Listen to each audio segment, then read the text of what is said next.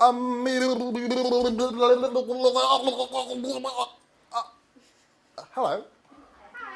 I'm a bit rude. My name's Kim. I'm from Durrabee Environmental Education Centre. And you, as the senior classes, are participating in the Climate Clever Energy Savers program. So anyway, your teacher asked me to come along today and to have a little bit of a talk about energy. And that's what we're going to do. We're going to spend a little bit of time in here. I'm just going to talk about a few different concepts around energy, transformation of energy, clean energy versus dirty energy. And then you probably might have seen we've got our fantastic sustainability energy trailer. So then we're going to go outside and we're going to play. We're going to play with solar panels and wind turbines and dynamos and energy bikes and stuff like that. So we're not going to be too long in here. Most of our time is going to be spent outside doing the hands-on stuff. But first of all, where do you get your energy from? Yes, where do you get your energy from?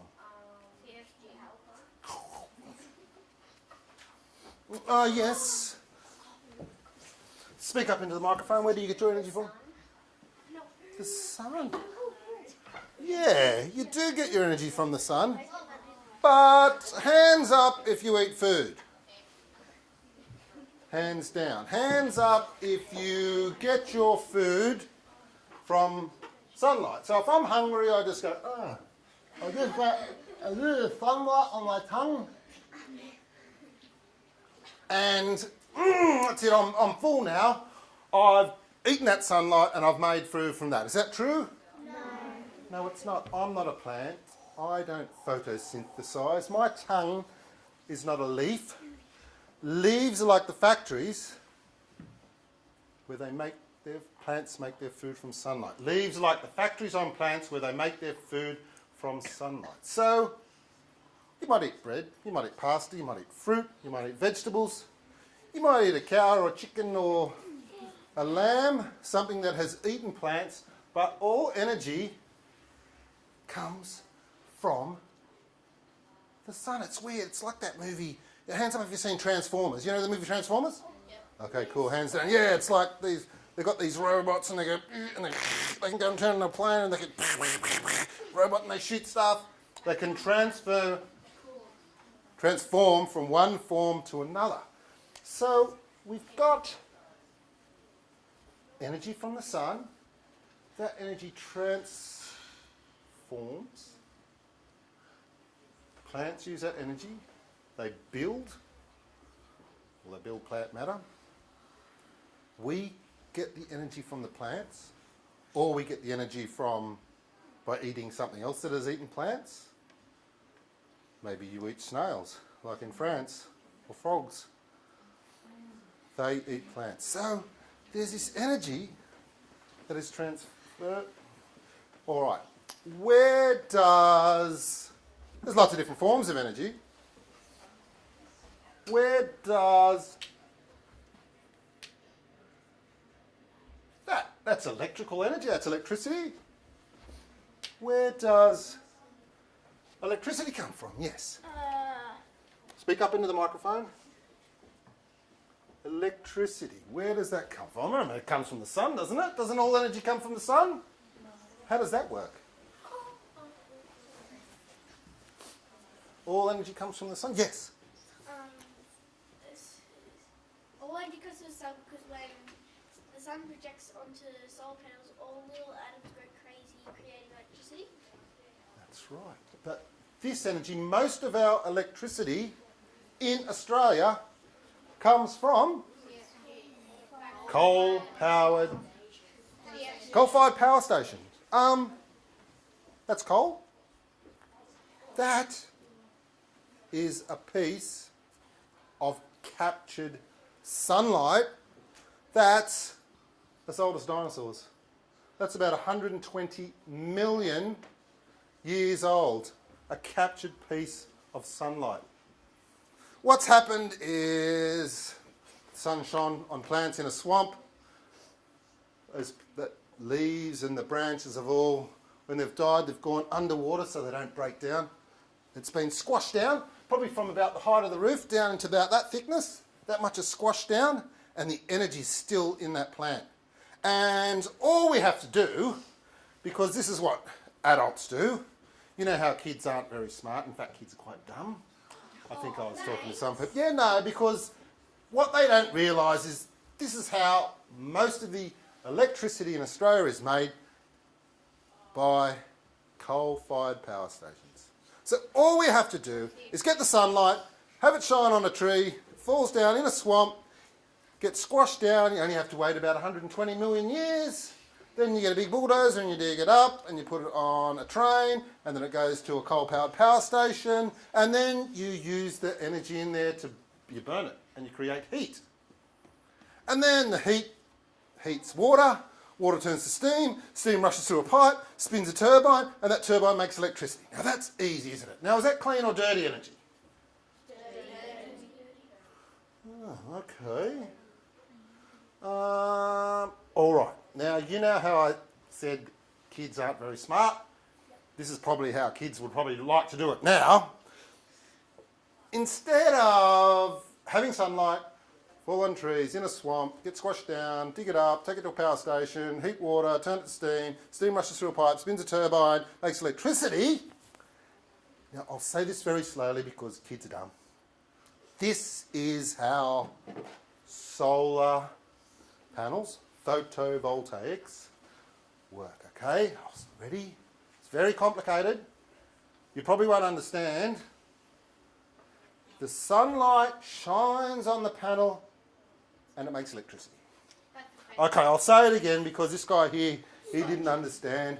The sunlight shines on the solar panel and it converts that sunlight into electricity. Now, is that clean or dirty energy, you think? Clean.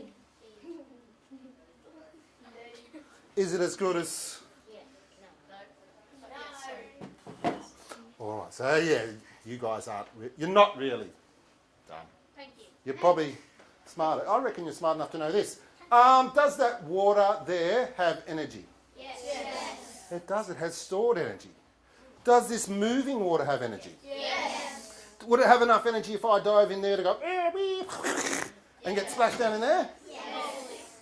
Would it have enough energy if I had Mrs. Craigie's car and I parked it there and I forgot to put the handbrake on and it rolled backwards into there? Would it have enough energy to move her car down there? Yes. Would it have enough energy to, if I got a helicopter and dumped a classroom, this library full of elephants, into there, would it eventually have enough energy to wash it down there? Yes. Would it have enough energy if I had a pipe and had the water running down through the pipe to spin a turbine to make electricity? Yes. And would it be clean or dirty energy? Clean. What's moving here? I'm not moving water like hydroelectricity. What's moving here? Yes, speak up into the microphone there, yes? Air. Moving air has energy. Moving things have energy. Wow. It's called kinetic energy. Would that be clean or dirty energy? Clean. Wow. Okay. How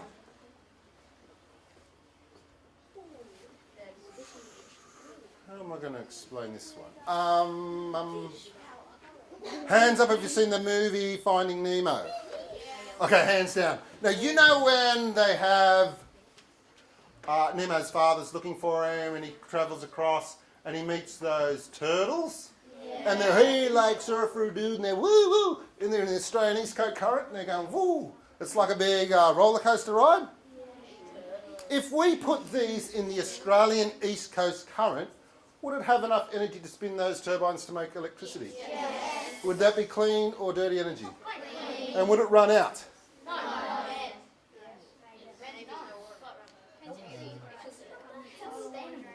Okay. There's energy in... Okay, no one laugh at this. Actually, no one laughing. No one's to laugh at this lady cooking on her gas stove. What?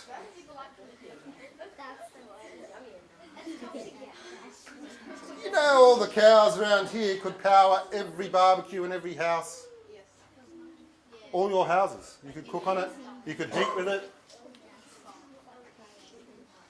In their stomachs, there's microbes, and they're helping to break down all the grass that cows or plant material. There's chemical energy in plants. That's food we eat. We convert that. You can convert it to gas. In fact, some people do like this. That's like a big cow's stomach or an elephant's stomach. You put all your waste and your stuff in there. Add some microbes, some microorganisms. As they decompose it, as they compost it, as they break it down, they like we breathe in oxygen, breathe out carbon dioxide. They breathe out a gas called methane, and then you can capture it and use it, like to run a gas motor, to run a generator, to make electricity. You could make, and this is one of the things we do in science, is we make models of things. So I could turn this bottle of water into like an artificial, this would be a cool thing for you guys to do. Cows eat grass, they fill it up to there with grass, put about that much water in it, maybe get a little bit of fresh cow poo and put it in, only a tablespoon, you don't have to touch it, or you can touch it with your fingers. Yeah, touch it. Yeah. It's not It's not cow poo. Put it in, and then I'd squish the bottle up a bit like that. So it was, well, this isn't, like you get us maybe a softer bottle. And then if a gas is being produced, you'd see it expanding, and you maybe squeeze it and go, oh, there's a lot of gas in there. You could test to see what sort of gas is being produced. Couldn't you? How would you test it?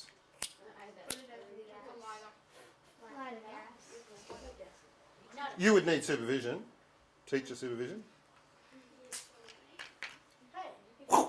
Test the gas to see if you've produced a flammable gas. Is there energy in that gas? Yes. Yeah, you could run a car on it. Taxis run on that sort of stuff. Oh, this is cool. And this is something we're going to play with outside. Solar panels. Someone said solar panels, and everyone says the same thing, they're solar panels, but they're actually mirrors, and all the mirrors point to that one spot right there. You know how hot that would be? That'd be very. If I got this kid and grabbed him, picked him up, put him there, he would get burnt to a crisp in about 20 seconds. He would be about that big, and he'd be black, and he'd be ash. I wouldn't do that to Dylan. If Dylan was made of stone and I put him up in there, that would be hot enough to make him melt. It'd be really hot. Would it be hot enough to turn water to steam, run it through a pipe, spin a turbine to make electricity? Yes. It would. They don't really do that. They put salt in there, like salt, and they heat the salt up, and then they can store the heat. So lots of things would work. In fact, would this work? This is just an idea. This is just an idea about something. Now, this has got 2, 4, 6, 8, 10, 12, 14 wind turbines. And you would probably put it up, you know when you see a plane and it's like so small, it's like way up high. In fact, it's about 10 kilometres up in the sky. You could have that up there, and there's lots of wind. There's jet stream. It's like almost like a cyclone all the time, always blowing in one direction. So you could have your kite wind turbine up there, run your electricity back down through there, and that would stop it blowing away. Would that work? Yes. That's just someone's idea. So you guys might come up with ideas in the future to make some sustainable energy.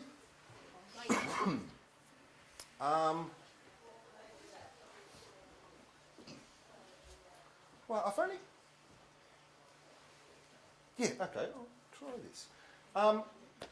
This is like a bit of an ethical question. Now, ethics is a way that you can behave which is good for all of society and all of the world.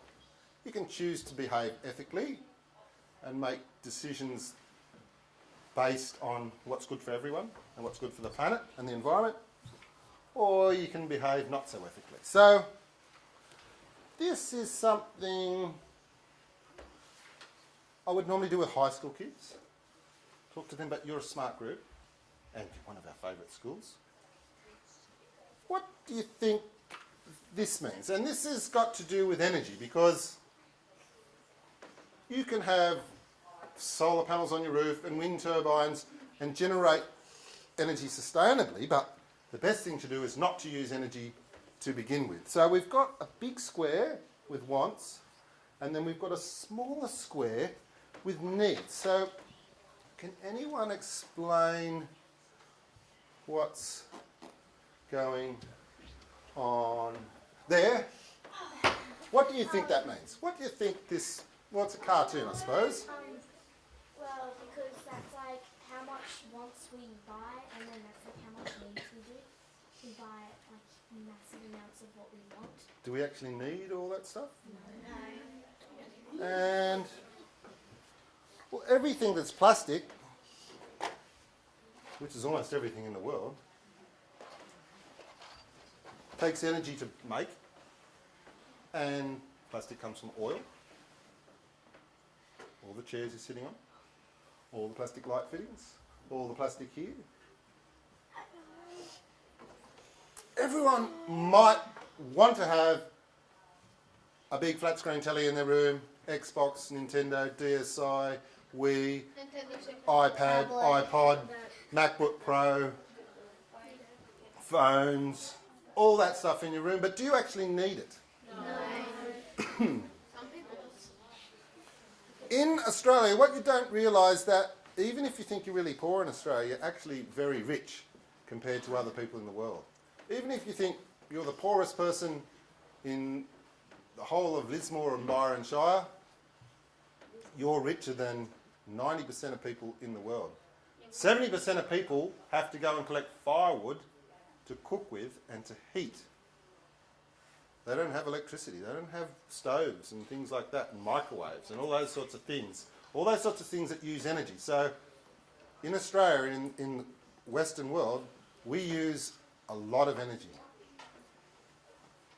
We use a lot more energy than most people in the world. So you've got to think about your wants and needs. The best way to save energy is not to use it to begin with. That's all I wanted to talk about in here. I think we might have, this is two groups. I'm not sure which group are with us outside first. 4-5. With us first. So we might head outside and we're going to, the other group won't miss out, they'll do it after lunch I think. So 4-5 will be with us now and we'll go and have a look at some of our activities.